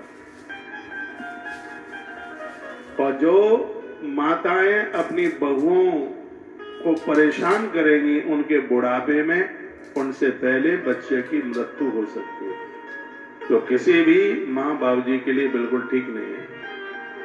ये सब प्रकृति में देर है, इस प्रकृति में अंधेर नहीं है। यदि बहुओं का आदर नहीं कर सकते हो तो बच्चों को कुआरा रखोगे। शुरू में तो इतनी चाहत होती है बहुओं की, बहू बहू बहू बहू बहू बहू, कुछ समय के बाद में वो बहू जल्लाद की बहन जैसी दिखाई देती है। दूसरे की बेटी आपके घर में आई है, सब कुछ छोड़ छाड़ के आई है, आप भी उसको अपना नहीं मानोगे तो वो कहां किसके दर पर जाएगी? जीवन तो बहुत बड़ा है ना, कहां जाएगी? इसलिए बेटियों का आदर किया जावे। वर्णन किया है। तो मैं कह रहा था कि एक नारी को या तो पिता के घर का भरोसा होता है या पति के घर का भरोसा होता है। तो संज्ञा को दिक्कत थी, परेशानी थी, और वो पिता के घर पहुंची। विश्वकर्मा जी उस समय घर ही थे। विश्वकर्मा जी ने कहा, बेटी संज्ञा क्या हुआ? तो कहा, तेजस्व अधिकम तातः नित्यमेव विवश। क्या कहा? उनके पास इतना तेज है, उसको मैं सहन नहीं कर पाती, इसलिए मैं आ गई हूं, मुझे वहां रहना नहीं है, यहीं रहना है। एक काम बड़ा बुद्धिमानी का किया संज्ञा ने, उसने अपनी छाया बना के तैयार कर दी। छाया बनाई, अपनी जैसी एक दूसरी स्त्री बना दी।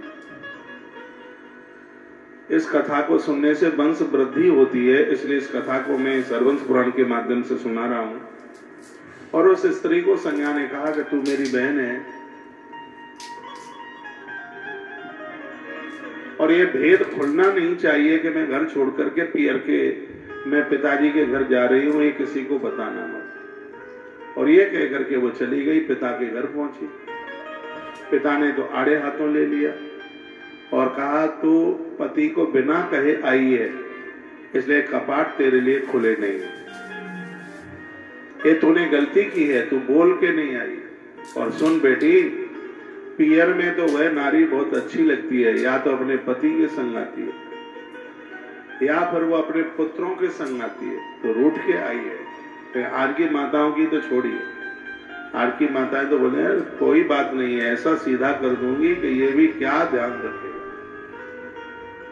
और बेटी से भी दामाद बहुत पूज्य है, बहुत बंधन है।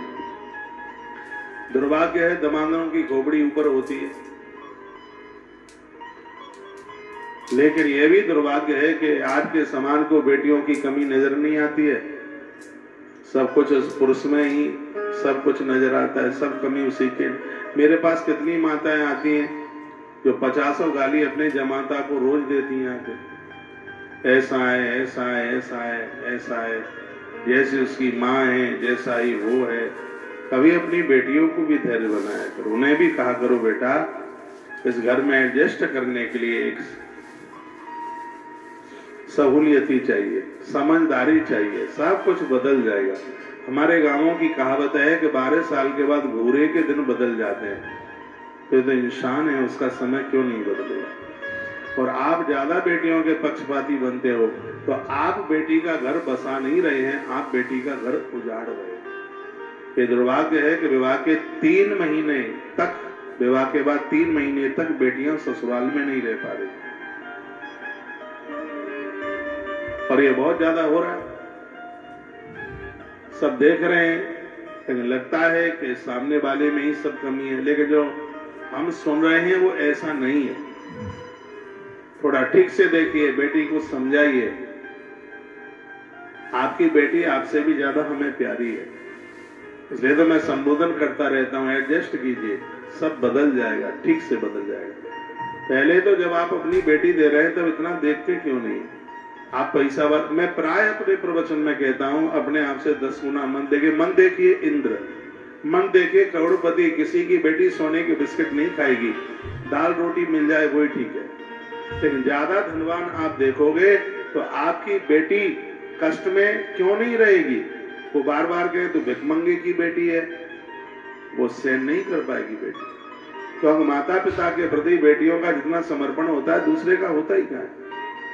इसलिए मैं कहता हूं कभी भी बेटियों को किसी के दबाव में आकर के मत दीजिए।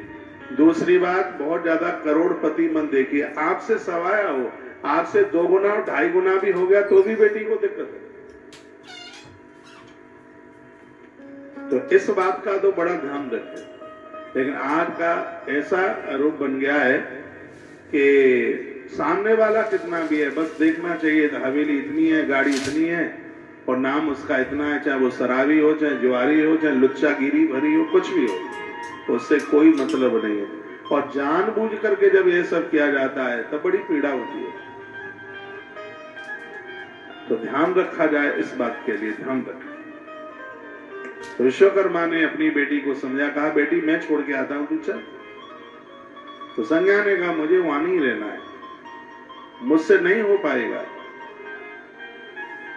तो पिता ने क्या कहा, तुझसे नहीं हो पाएगा तो एक किवाड़ बंद है, मैं भी तुझे अपने पास नहीं रखूंगा। क्योंकि उसकी कोई गलती नहीं है, तो बिना कहे घर छोड़ करके आई है, तो बिना बता करके आई है, इसलिए इस घर में तेरे लिए जगह नहीं है। तो सूर्य भगवान की पत्नी विश्वकर्मा की बेटी जिसका नाम है संज्ञा, वो पिता का घर छोड़ करके बद्रीनाथ चली गई तीर्थ में, क्योंकि तीर्थ में जाने से लोग अपराध से बच जाते हैं, इसलिए ज्यादा तरह से तीर्थों का सहारा लिया जाता है। हमें कोई पहचान नहीं ले तो माता संज्ञा ने घोड़ी का रूप बना दिया, तो तीर्थ में भी तो छिपके ही रहना पड़ेगा, नहीं तो लोग फिर वहां से भी उठा के ले जाएंगे। बहुत माताएं दादा लोग रूठ के आ भी जाते हैं। कल भी कोई श्रीमान जी रूठ के आए, हो सकता है बैठे होंगे, उनके घर के लोग सुन पा रहे हों, डिस्ट्रिक्ट बालाघाट के हैं वो यहाँ आ गए, मैं बता देता हूँ, तो आप परेशान न हो। टीवी पर मुझे सुन पा रहे हैं, बैठे हैं क्या यहाँ पंडाल में बैठे हैं तो हाथ उठाइए। वो बैठे हैं, देखो शीशे के पीछे से हाथ उठ रहा है, वो देख लो, वो शीशे के पीछे। और क्या यहाँ से कोई आपको हंसाने के लिए बात थोड़ी कही जाएगी, देखो वो हाथ उठ गया। ये बालाघाट डिस्ट्रिक्ट से आए, रूठ के आए हैं।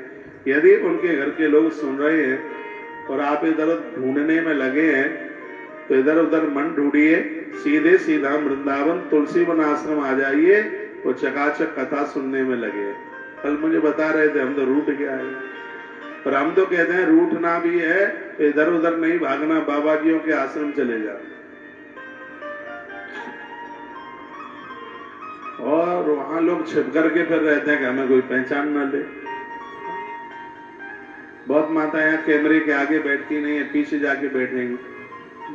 मैंने कहा माँ जी तुम हमें आगे नहीं दिखते, का बहू नहीं देख लेगी टीवी में है, आकर के सब ले जाएंगे उठा करके, तो कैमरे के आगे नहीं बैठते। तो एक घोड़ी के रूप में और यह देवी रह रही थी, तो वहां बद्रीनाथ में रहते, बद्रीनाथ में थे। वर्णन क्या, पितु समीपगा सातु पिता निर्सनातना वर्तु समीपम गच्छेति नियुक्ता च पुनः पुनः। पिता ने बोला था, वो नहीं मानी। द्वितीयायाम संज्ञायाम संज्ञायाम चिंतित, भगवान भास्कर की वह पत्नी चली गई बद्रीनाथ, और इतने में जो दूसरी जो बना के तैयार करके गई थी उसका नाम था छाया। इसने भी 2 बच्चों को जन्म दिया और एक का नाम रखा गया शनिश्चर और दूसरे का नाम रखा गया तापसी। यमुना और तापसी के दोनों ने नदियों का रूप धारण किया।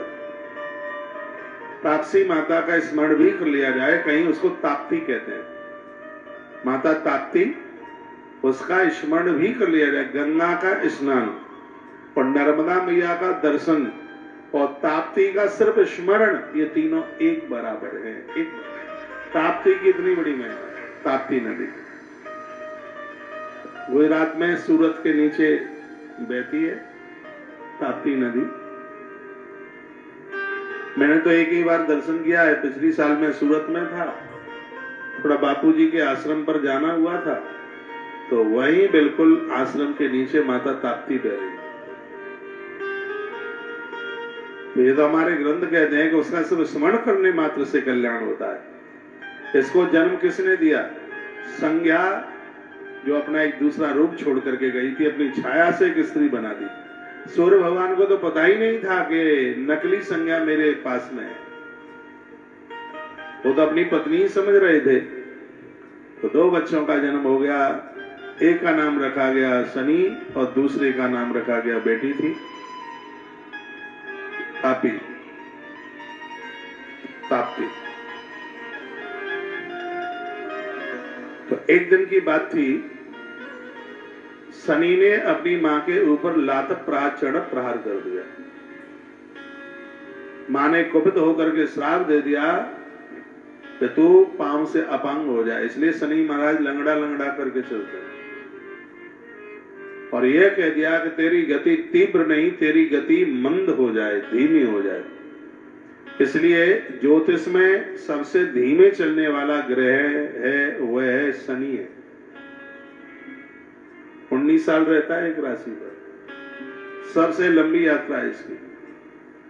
माइकोलोर आज कलयुग में भी ज्योतिष कहता है कि ये जितने वो 9 ग्रह हैं वो सभी राशियों के ऊपर 120 वर्ष लेते हैं घूमने के लिए। 120 साल लगता है। 120 वर्ष में इन ग्रहों की यात्रा पूरी होती है। तो इसका मतलब यह है कि यदि कोई व्यक्ति नियम और ढंग से जी ले तो इस कलयुग में भी वह अपनी 120 वर्ष की उम्र को छू सकता है। ठीक से जी ले, बिना खुरापाती के जी ले तो 120 को वो छू लेगा, क्योंकि ग्रहों का गतिमान जो समय है वो 120 वर्ष है। इसका नाम शनिश्चर, यानी शनि धीरे धीरे चलता है, यानी चलता यानी चलता है, इसलिए तो उसका नाम शनिश्चर है।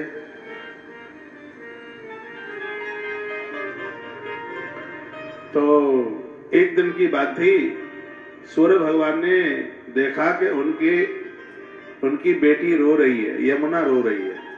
देखा कि यम भी रो रहा है, क्योंकि वो छाया रोटी तो देती नहीं थी, डांटती है, और अपनी माना ना हो, बेमाता हो, दूसरी स्त्री हो तो वो कदर कहां समझती है। वो तो ऐसी बहुत कम माताएं हैं जो बहन के बच्चे भी उनको अपने लगे। कभी कभी ऐसा होता है, पूर्व विवाहिता नारी की मृत्यु हो गई तो फिर उसकी बहन के साथ तो आदमी विवाह कर लेता है, आखिर में तो बच्चों की मौसी ही लगी, और मौसी का था जो माँ जैसी हो। लेकिन ऐसा होता नहीं है। और जीना उस समय पर बड़ा मुश्किल होता है जब विमाता के साथ में जीवन जिया जा रहा हो। अरे ध्रुव जैसे महापुरुष नहीं छूटे अपमान के बिना। वो माता थी सौतेली माता जिसने इतना बड़ा अपमान कर दिया। प्राण माता यमुना और यमराज दोनों की आंख में आंसू थे। सूर्यदेव ने पूछा कि हुआ क्या है, तो दोनों रो रो करके कहते कि जिनको तुम हमारी माँ समझ रहे हो हमारी माँ नहीं है, ये कोई और है जो हमें भोजन नहीं देती, किवाड़ों के अंदर बंद कर देती है। पिताजी हम बहुत ज्यादा दुखी हैं। इतना जैसे ही यम और यमुना ने कहा, सूर्य भगवान ने तत्काल उस स्त्री को छाया को अपने पास बुलाया और कहा तो कौन है। वो थर थर कांपने लगी और वह कहने लगी कि ऐसे ऐसे तुम्हारी पत्नी ने अपनी छाया से मुझे तैयार किया है, मेरा नाम छाया है।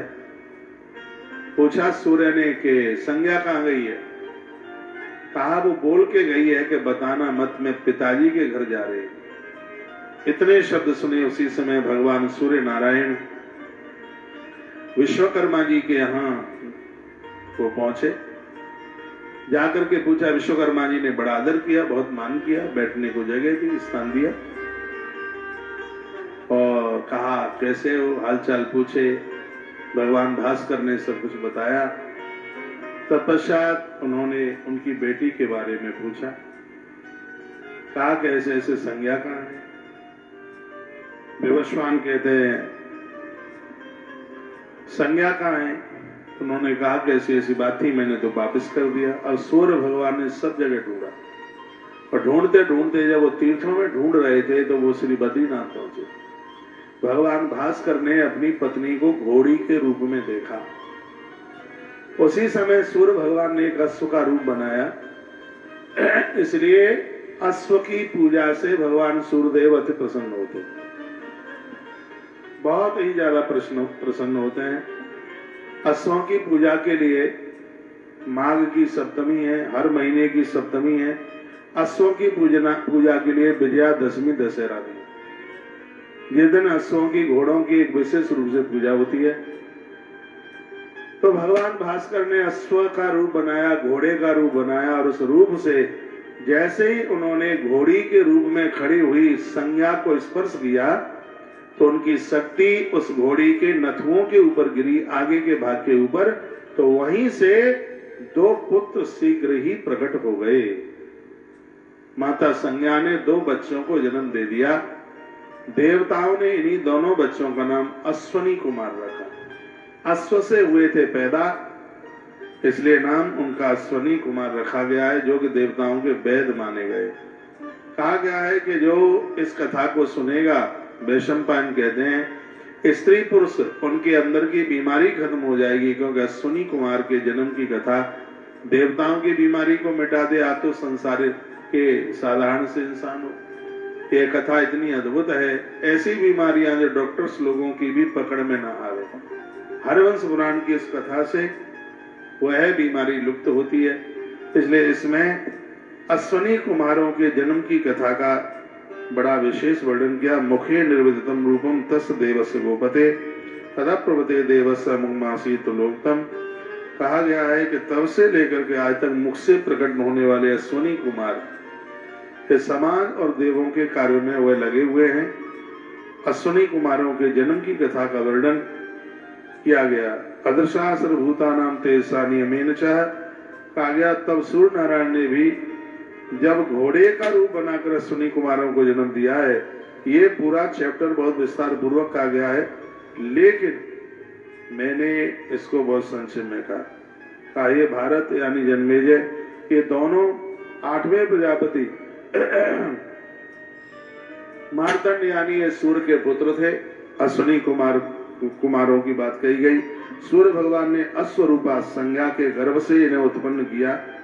और जिस नारी को कोई ऐसी दिक्कत परेशानी है जहां दवाई काम नहीं कर रही है, उन्हें घोड़ों का अश्व का पूजन करना चाहिए।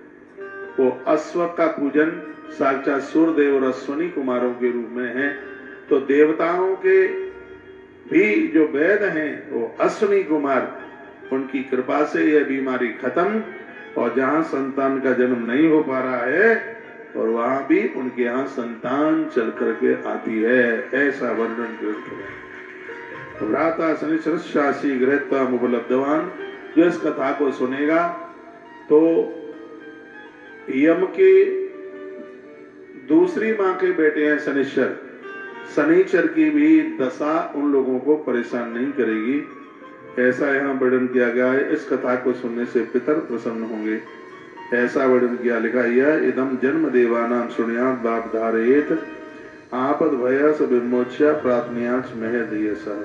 जो मनुष्य देवताओं के इस जन्म की कथा को, यमुना मैया के जन्म की कथा को, ताप्ती मैया के जन्म की कथा को, अश्विनी कुमारों के जन्म की कथा को जो भी कोई सुनेगा तो बहुत बड़ी आपत्ति से छूट जाएगा, उसके परिवार का यश दुनिया में फैलेगा, वंश वृद्धि बढ़ती जाएगी। इतना बड़ा प्रभाव भैया इस कथा का। तो गंध पुष्प अलंकारों के द्वारा साल में एक आध बार तो आप विशेष रूप से माघ मास में पड़ने वाली, जिसे सूर्य सप्तमी कहते हैं, जिस ग्रंथ में लिखा है सूर्य सप्तमी का व्रत करने से अंदरूनी सिगरी बीमारियां खत्म हो जाती हैं। सूर्य पुराण में तो बहुत विस्तार से वर्णन किया गया। सूर्य सप्तमी का व्रत नारी को करना चाहिए। अभी छठ पर्व निकला है, ये पूरा का पूरा सूर्य भगवान से ही तो जुड़ा है, लेकिन उत्तर भारत में लोग उतना मानते नहीं है। बच्चों की आयुष बढ़ाने के लिए, उम्र बढ़ाने के लिए अद्भुत व्रत है। मैंने 3-4 वीडियो भी उस दिन डाली थी। छठ पर्व ये तो बिहार के महानुभावों को आप पूछ लेना, उधर पश्चिम बंगाल झारखंड के लोगों को, उनके जीवन का सबसे बड़ा पर्व होता है, सबसे बड़ा त्योहार होता है छठ पर्व। जैसे वहां के लोग बहुत मानते हैं, छठ की पर्व की पूजा का वर्णन सांब पुराण में किया गया। जब भगवान के प्रबोध सांब को कुष्ठ रोग हो गया था, तब उन्होंने सूर्य भगवान की महिमा सुनी थी और चंद्रभागा नदी के किनारे पर, उसी स्थान को आज कोणार्क मंदिर के नाम से जाना जाता है। जगन्नाथपुरी से आगे है स्थान, 20, 25, 30, 35 किलोमीटर होगा। जो लोग गए हैं उन्होंने दर्शन किए हैं। ये सांब के द्वारा इसकी स्थापना हुई है। जो कोणार्क के मंदिर का दर्शन करेगा, मेरी एक एक बात को लिख करके रख लीजिएगा। जिन बेटियों को या जिन बहनों को या जिस मातृशक्ति को समय से पहले उसका ऋतुकाल बंद हो गया है, क्योंकि उसके बिना संतान का जन्म नहीं हो सकता, दवाइयां काम नहीं कर रही हैं, तो कभी वहां पहुंचकर सूर्य देव को प्रार्थना करें, वंदन करें। वहां वो अद्भुत नदी का संगम है, समुद्र बह रहा है वहां पर। पिछले साल हम फरवरी में उधर ही थे, तो इस स्थान को वरदान मिला है। स्वयं भगवान सूर्य ने, पूरी दुनिया में भगवान सूर्य की 12 मूर्तियां हैं, प्रतिमाएं उसी स्थान पर कोणार्क, जहां सूर्य भगवान शरीर सहित प्रकट हुए थे सांब की पूजा को स्वीकार करने के लिए। यह इतना अद्भुत स्थान। तो ये कथा आपको यहाँ व्यासपीठ के माध्यम से भगवान सूर्य की संतति का जिसमें वर्णन किया गया है, जिसमें यम और यमुना की बात कही गई है, जिसमें शनि और ताप्ती की बात कही गई है, इसमें भगवान शिव के मार्तंड स्वरूप का वर्णन किया गया। तो ऐसे ग्रंथ की यह बड़ी अद्भुत कथा है। आइए इसमें इस मंत्र को, जो महात्मा कश्यप का सिद्ध मंत्र है, तो उसके लिए कुछ विशेष बातें कही गई हैं, वो मैं आपको निवेदन कर देता हूं।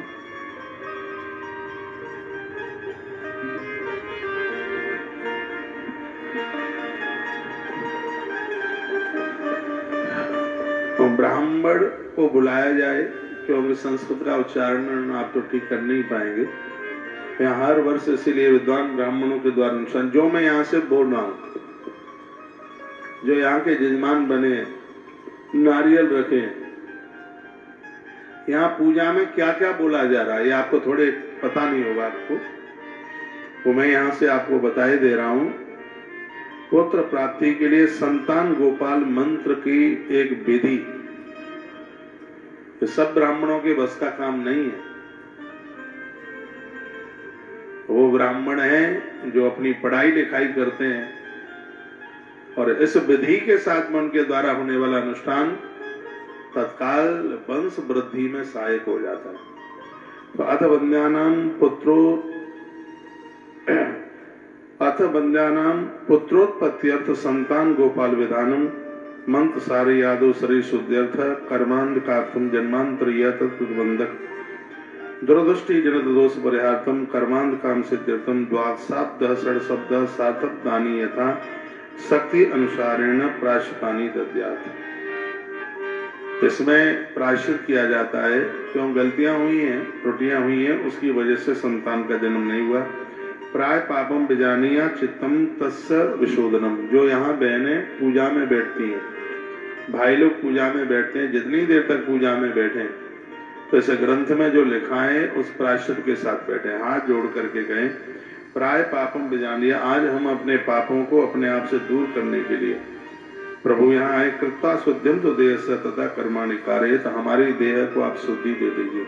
कहा गया है कि जिस नारी के गर्भ में संतान समाप्त होती है, ऐसे ग्रंथ ने उस नारी को इतना शुद्ध माना है तो उसके हाथ की आहुति देवता और उसके हाथ की बनाई गई श्राद्ध कर्म में मिष्टान पकवान पितर लोग उसको स्वीकार नहीं करते, हमारे ग्रंथों में लिखा। इसलिए सावधान रहिए, अपनी बेटी बहू को ये बात बताइए, पाप नहीं है, पाप का बाप है। गर्भ में जिन बच्चों को मारा है वह स्त्री इतनी अशुद्ध, इतनी अपवित्र हो जाती है तो उसे तो यज्ञ में बैठने का अधिकार नहीं दिया गया। उसके हाथ की आहुतियां देवता स्वीकार नहीं करते, उसके हाथ की चढ़ाई गई कढ़ाई, उस अन्न भोजन को पितर भी स्वीकार नहीं करते। गलती अज्ञान में हुई है, महात्मा वैशंपायन का जन्मेजय, उसका प्रायश्चित है हरिवंश पुराण की कथा है। भगवान क्षमा कर देगा। गलती कभी द्वारा से न की जाए, जो गलती कर रहे हैं उनको भी इस गलती के करने से रोका जाए। जब अनुष्ठान होता है तो स्त्री पुरुष उनकी आंखों में आंसू होते हैं। लिखा है प्रायः पापम विजानीय चित्तम चित्त विशोधनम कृत्वा शुद्धि तथा कर्माणि कार्य। हे प्रभु, आपके चरणों में हम प्रार्थना करते हैं, हमसे जो त्रुटि, हमसे जो गलती हुई है आप हमें क्षमा कर दें। भविष्य में ऐसी गलती कभी हम दोहराएंगे नहीं। धेनु निष्क चतुष्कस्या तदतम स्तात दर्दकम तदरस्य चवा तत्र चतुर्थांशेन वत्सकम। कहा गया है कि उस समय वहां पर ऐसी प्रार्थना की जाती है कि हे प्रभु, हम गौ दान का हम संकल्प लेते हैं, हम गौ माता को चारा खिलाएंगे, उसकी प्रदक्षिणा परिक्रमा करेंगे। गवाम लक्ष्य सहस्राणी मुक्त भागी विभिन्न असमेधायतम पुण्यम फलम प्राप्नोति मानव। इस बात को कभी भी मत भूलना। जिस ग्रंथ को आप सुन रहे हैं, 1,00,000 गायों को गोदान करते हुए अश्वमेधानाम इतम पुण्यम, कई अश्वमेध यज्ञ करके जितने पुण्य को कमाया जा सकता है। एक बात और सुने, वंश वृद्धि के लिए 1,00,000 गायों का गोदान करें आप, वंश वृद्धि के लिए आप 100 अश्वमेध यज्ञ करें, उससे जितना भी कहीं पुण्य प्राप्त होगा वंश वृद्धि के लिए उससे अधिक एक हरिवंश पुराण की कथा सुनने पर प्राप्त हो जाएगी। यह वर्णन किया गया है। उसी बात को अश्वमेधायतम पुण्यम फलम प्राप्नोति मानव, ये श्लोक लिखा है यहाँ पर। तो इस कथा को जो आप सुन रहे हैं, व्यासेन कथितम पूर्वम सर्व पाप प्रणाशनम, भगवान व्यास ने पूर्व काल में ये बात कह दी। स्त्री पुरुष के संपूर्ण पापों को समाप्त करने वाला ये पुराण है हरिवंश पुराण, और यह अपराध इसी ग्रंथ से समाप्त होता है। इसलिए धरती के हर स्त्री पुरुष को हरिवंश पुराण की कथा अवश्य में सुननी चाहिए, इससे वो दूर न जाए। इतनी बड़ी महिमा है इसमें। नारद जी कहते हैं वासुदेवम ऋषिकेशम वामनम जल सायनम जनार्दनम हरि कृष्णम श्रीवत्सम गरुड़ध्वज। देवश्री नारद जी का भी कहना है, जिन घरों में रोजाना भगवान विष्णु के 100 नाम लिए जाते हैं उनके घर में वंश वृद्धि बढ़ती है और उनके बच्चे सुरक्षित रहते हैं। माता कुंती 100 नाम लेती थी प्रत्येक दिन, 108। वही है विष्णु सतनाम स्तोत्र, इसको बोलते हैं। ये विष्णु सहस्र नाम नहीं है, वो चीज अलग है, उसमें 1000 नाम है। ये 108 नाम है भगवान विष्णु के, और इसका वर्णन हरिवंश पुराण में है।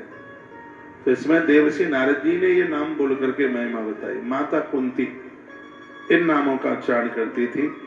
ओम वासुदेवम श्री केशम वामनम जलसायनम। सबसे पहला नाम नारायण का वासुदेव नाम से संबोधित किया। वासुदेव का अर्थ है, संस्कृत का शब्द है वासु माने प्राण, देव माने स्वामी। जो हमारे प्राणों का स्वामी है उसे वासुदेव कहते हैं। और जब ये नाम लेंगे, इसलिए तो हम कहते हैं, मैं आपको बोलता हूं ओम नमो भगवते वासुदेवाय। आपको गुरु मंत्र में कोई भी मंत्र मिला हो, एकाध बार प्रत्येक दिन इस मंत्र का जप कीजिए। द्वादशाक्षर मंत्र है और इस मंत्र में भगवान वासुदेव का नाम लिया गया। वासु माने प्राण, देव माने स्वामी।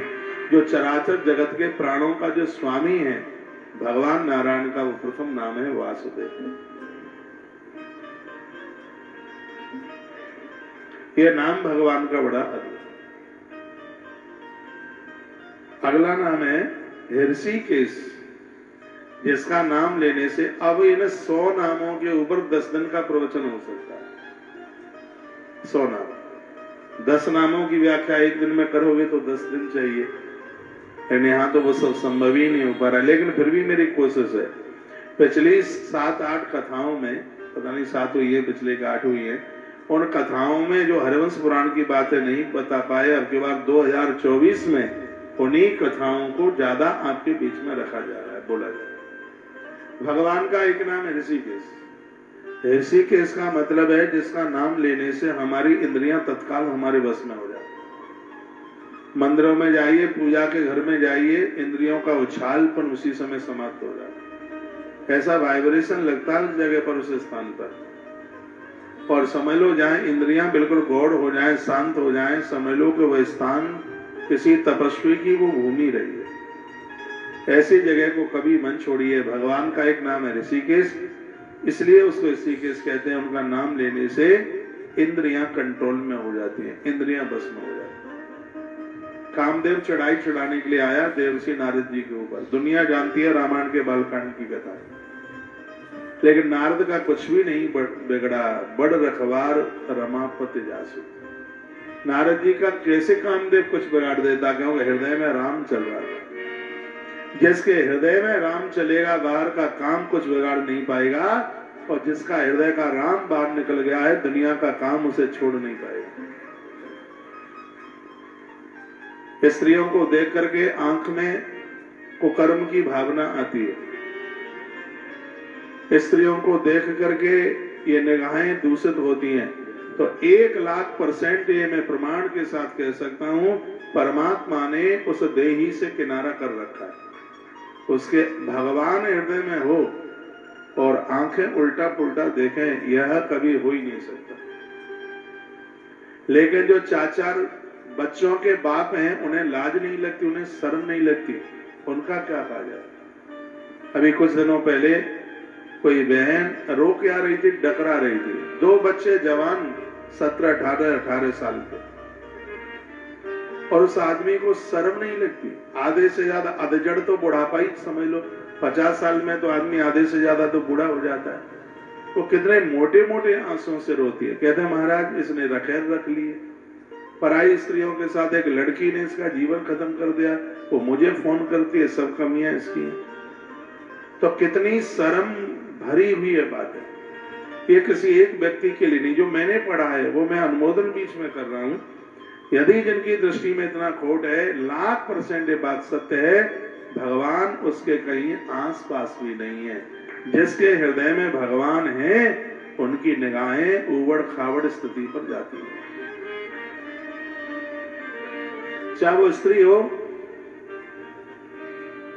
और चाहे वो पुरुष हो, कोई भी हो, ये इस बात का संदेश है।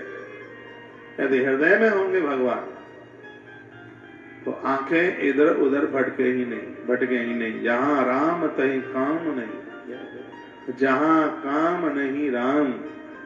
दुनिया में एक ही चीज मिलेगी, चाहे दुनिया के भोग ले लो, चाहे परमात्मा की योग रूपी कृपा को बटोर लो। ऐसा नहीं है हंसे भी और गाल भी फुलाए, तो ये दोनों संभव नहीं है। संसार के भोगों की चाशनी भी चाहिए और भगवत कृपा भी चाहिए, ये बिल्कुल संभव नहीं है, कहीं दूर दूर तक भी नहीं है। दोनों चीजें नहीं मिलेंगी।